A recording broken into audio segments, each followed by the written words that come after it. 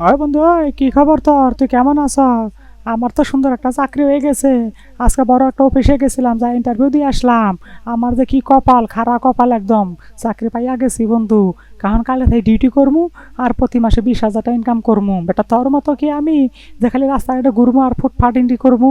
ওইরকম আমি না। আমার সে একটা চাকরি হয়ে গেছে বন্ধু, বুঝতে পারছ? কি কস বেটা, তোর চাকরি হইয়া গেছে? তুই তো সারা জীবন হোক না খালি আর পাতা নিয়া ঘুরলি।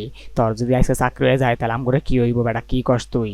তুই হোক না খাইলি, গাঁজা খাইলি, পাতা খাই খাই ঘুরলি, তোর চাকরি হয়ে গেছে বন্ধু? তাহলে তো আমাদের অবস্থা খারাপ। যাই হোক, ভালো হয়েছে। কোন কোন কোম্পানিতে চাকরি নিলি? ও, ভালো কোম্পানিতে চাকরি নিছে বন্ধু। যাই কস, আমার চাকরিটা সেই হয়েছে। ভালো একটা ইন্টারভিউ, সাকসেস হয়ে গেছি, বুঝতে পারছ? ও, বুঝতে পারছি। ঠিক আছে, তুই তো আজকে থেকে ফসল হয়ে গেলি, আর আমরা ব্যর্থই থাইকা গেলাম বন্ধু। তাহলে আমরা কি করবো ক? আমাকে একটা চাকরি বাকরির ব্যবস্থা কইরা দিস বন্ধু। তোর উপরে নির্ভর করে যদি একটা চাকরি পাই, তাহলে তো মনে কর যে একটা কিছু করতে পারবো বন্ধু। ঠিক আছে, একটু দেখিস আমাকে একটু চাইয়া চুইয়া, নাইলে কি করবো? ওটা ওই, ওটা ফসল না, ওটা সফল হইব। এটা মূর্খ সুদা, তুই কি এটাও কইতে পারস না? আবার তুই স্যার কি করবি? বেটা ওই, আমি ওটা তোর মজা করে কইছি। ফসল আর সফল একটাই। তুই বেটা বুঝস না কিছু না, খালি উল্টা পাল্টা কথা কস। হাই হাই, আমি বলে বুঝি না? আমি সবই বুঝি বেটা। না বুঝলে কি অত বড় কোম্পানিতে চাকরি নিবার পারতাম? কত বড় কোম্পানিতে চাকরি নিছি তুই এটা জানোসই না? যে কোম্পানিতে মনে কর যে তোর মতো একটা গেটেই ঢুকতে পারবি না। গেটে দাঁড়ানি তোর আটকাই দিব, কবে রে কাগজপত্র দেখাই ঢুক। আর তোর তো কাগজপত্রই নাই। তুই ঢুকতে পারবি না, আমি ঢুকতে পারবো। বেটা ওই, তোর চাকরি তুই মজা নিতাছর না? আমাগরও চাকরি হইলে আমরা মজা নিমো।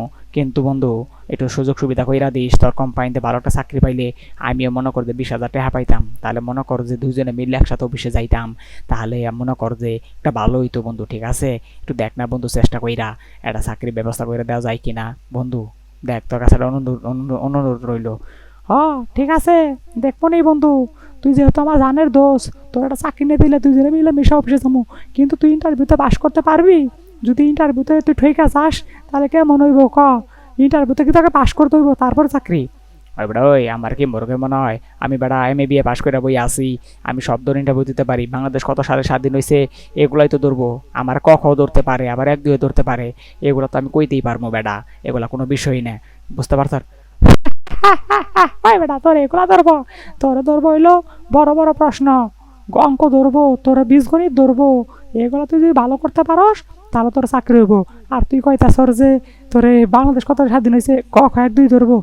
ওই বেটা ওই, পারি না দেখে কবি যে তাহলে বুঝতে পারবো, আর তুই মজা নিতাছর আবার।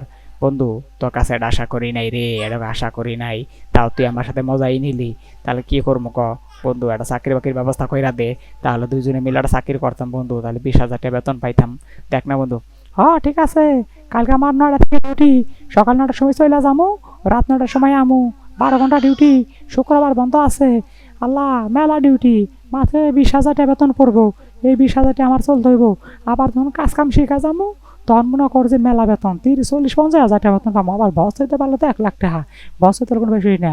হ, ঠিক আছে বন্ধু, দোয়া করি। তুই যে তোরা চাকরি পাইছর, তুই এখন ফসল হয়ে গেছর, তোর আর কি কমু? ও ফসল, সরি সরি, ফসল না, সফল হয়ে গেছর। এখন তোর কি কমু আর? হ্যাঁ, ঠিক আছে, তাহলে বাই বাই, ভালো থাক। সকাল 9টায় ডিউটি আছে। প্রতিদিন রাত্রে 10টা থেকে দেখা করুম। ঠিক আছে, এখন চলে যাইতাছি। বাই বাই বন্ধু।